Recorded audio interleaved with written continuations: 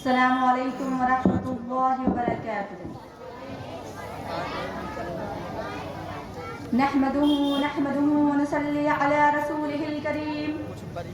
أما بعد فقد قال الله تبارك وتعالى في القرآن المجيد: أعوذ بالله من الشيطان الرجيم. بسم الله الرحمن الرحيم. ذلك الكتاب لا ريب فيه هدى للمتقين. وقال النبي صلى الله عليه وسلم: خيركم من تعلم القرآن وعلمه.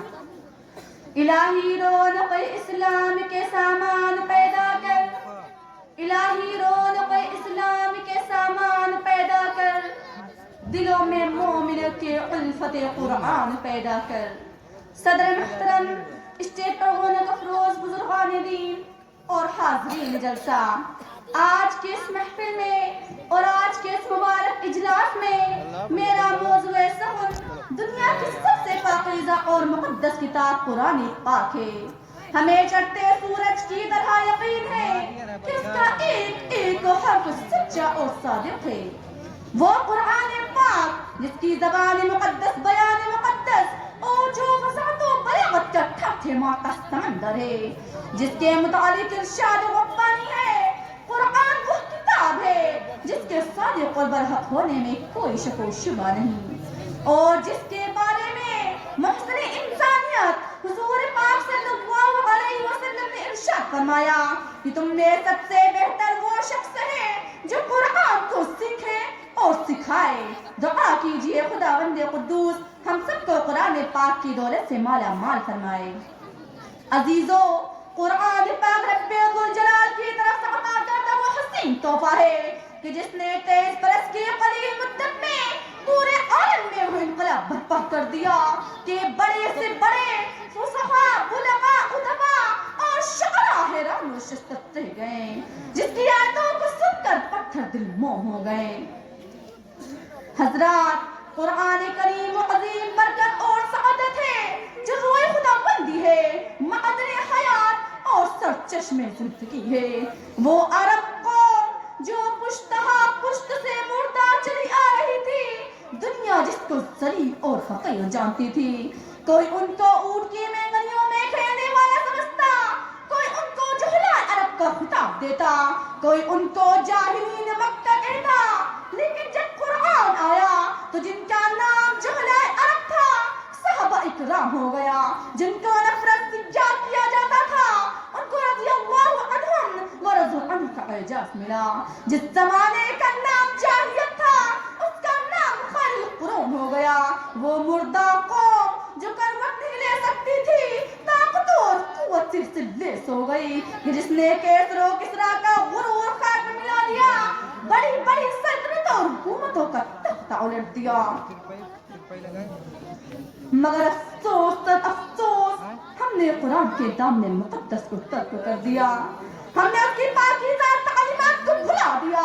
نتیجہ یہ ہوا کہ وہ مسلم قوم جس کے سر پر عزت و رفعت کا تاج تھا، ذلت و رسوائی کے غار میں جا گری. وہ قوم کامیابی جس کی آگے بڑھ کر استقبال کرتی تھی، ناکامی اس کا مقدر بن گئی. وہ مسلم قوم جس کی ایک آواز پر افریقہ کے جنگل میں رہنے والے خونخوار دلندوں نے میدان خالی کر دیا تھا، آج ایک چوٹی بھی اس کا حکم ماننے کو تیار نہیں.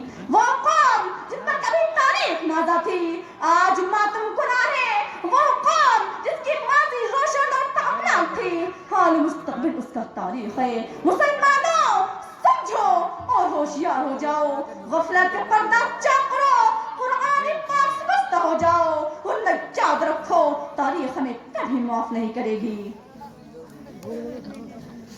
حاضرین جلسہ، جانثار صحابہ کرام کے کتب خانے میں قرآن پاک کے علاوہ کوئی کتاب نہ تھی. اسی کو لے کر وہ آگے بڑھے اور کامیابی ان کے قدم چومتی چلی گئی. وہ قرآن ہی تھا جس کی برکت سے بدر کے میدان میں 313 مکہ کی قسمت پلٹتی تھی. آج ہمیں کروڑوں میں مگر دوسری قومیں پر سوار ہیں. جان ہماری محفوظ نہیں، مال ہمارا محفوظ نہیں، عزت و آبرو میں ہماری کھلواڑ ہے، نہ ہماری مساجد محفوظ، نہ ہماری مدارس محفوظ. ظلم و ستم کی چکی ہمارے لیے گھوم رہی ہے۔ مسلمانوں، ایک دور وہ تھا کہ مسلمانوں کا مقابلہ حامہ بن ولید سے ہوتا ہے۔ اس دشمن خدا اور دشمن رسول کے پاس طاقت اور قوت ہے۔ 7,000 فوج کا لشکر جٹا ہے۔ مسلمانوں کی فوج 10,000 ہے۔ اسلامی فوج کے کمانڈر حضرت خالد بن ولید ہیں۔ مسلمانوں کو اس کا بھی علم نہیں کہ دشمن کے پاس کتنی فوج ہے۔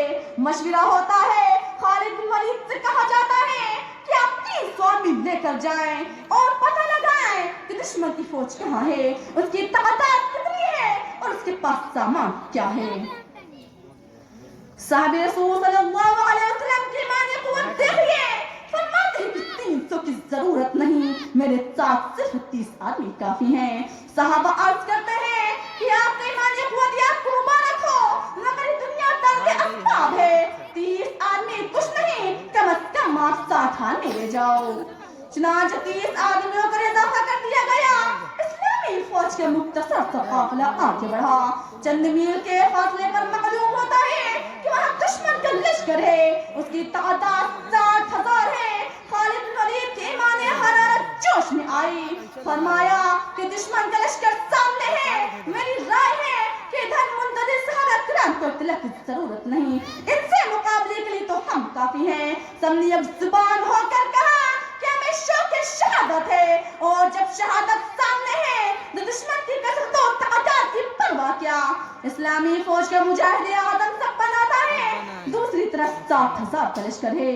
حامان بن ولید آگے بڑھتا ہے، کہتا ہے کہ ہم تو سمجھتے تھے کہ مسلمان قوم بڑی سمجھدار ہوتی ہے، لیکن معلوم ہوا کہ تم احمق ہو، بیوقوف ہو، ناسمجھ ہو۔ 60,000 سے لڑنے کے لیے 60 آدمی لے کر آئے ہو؟ جاؤ، ہم تم پر رحم کھاتے ہیں، 2 بورے کھجور اور چند اشرفیہ دیتے ہیں کہ اپنی جان پر ظلم کرنے آئے ہو، یہاں سے چلے جاؤ۔ عزیزو، جگر پر ہاتھ رکھیے اور سنیے۔ حضرت خالد بن ولید فرماتے ہیں کہ تو عز بن کر آیا ہے یا کمانڈر بن کر آیا ہے؟ تجھے شرم نہیں آتی اپنی بستری کو عز کے پردے میں چھپاتا ہے؟ تم میں لڑنے کی طاقت اور قوت نہیں ہے۔ حامان بن ولید اسلامی مجاہد کی سرکار کو سن کر جوش میں آتا ہے، فوج کو حکم دیتا ہے کہ پکڑ لیں 60 آدمیوں کو۔ چنانچہ 60,000 کا حملہ ہوتا ہے۔ صحابہ کرام رضی اللہ تعالیٰ عنہم میں گھس جاتے ہیں۔ راوی کہتا ہے کہ رسول خدا کے جانباز سپاہی گھستے ہوئے تو نظر آئے، پھر نہیں پتا کہ وہ کہاں ہیں، سوائے تلواروں کے چمک اور کھچا کھچ کے کچھ نظر نہ آتا۔ صرف 3 گھنٹے میں جنگ کا فیصلہ ہو جاتا ہے۔ تاریخ شاہد ہے، زمین اور آسمان گواہ ہے کہ 60 نے 60,000 کا منہ پھیر دیا۔ حضرات، میں پوچھنا چاہتی ہوں کہ وہ کون سی چیز تھی جس نے صحابہ کرام میں طاقت و قوت پیدا کی؟ عزیزو، یہی وہ قرآن پاک تھا جس نے 1 کو 1,000 پر بھاری کر دیا تھا۔ کسی نے سچ کہا ہے، وعدہ غلبہ ہے مومن کے لیے قرآن میں، وعدہ غلبہ ہے مومن کے لیے قرآن میں، پھر جو تو غالب نہیں کچھ ہے کسر ایمان میں۔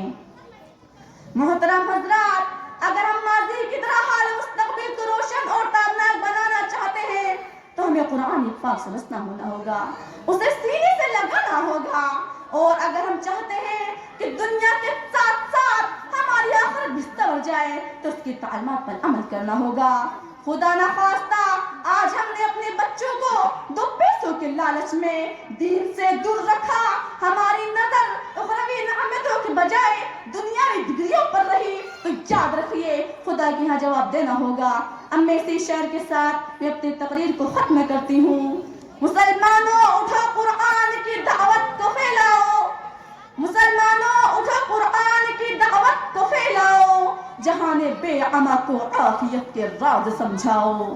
زمانہ آج بھی قرآن ہی سے فیض پائے گا، زمانہ آج بھی قرآن ہی سے فیض پائے گا، مٹے گی ظلمت شب اور سورج جگمگائے گا۔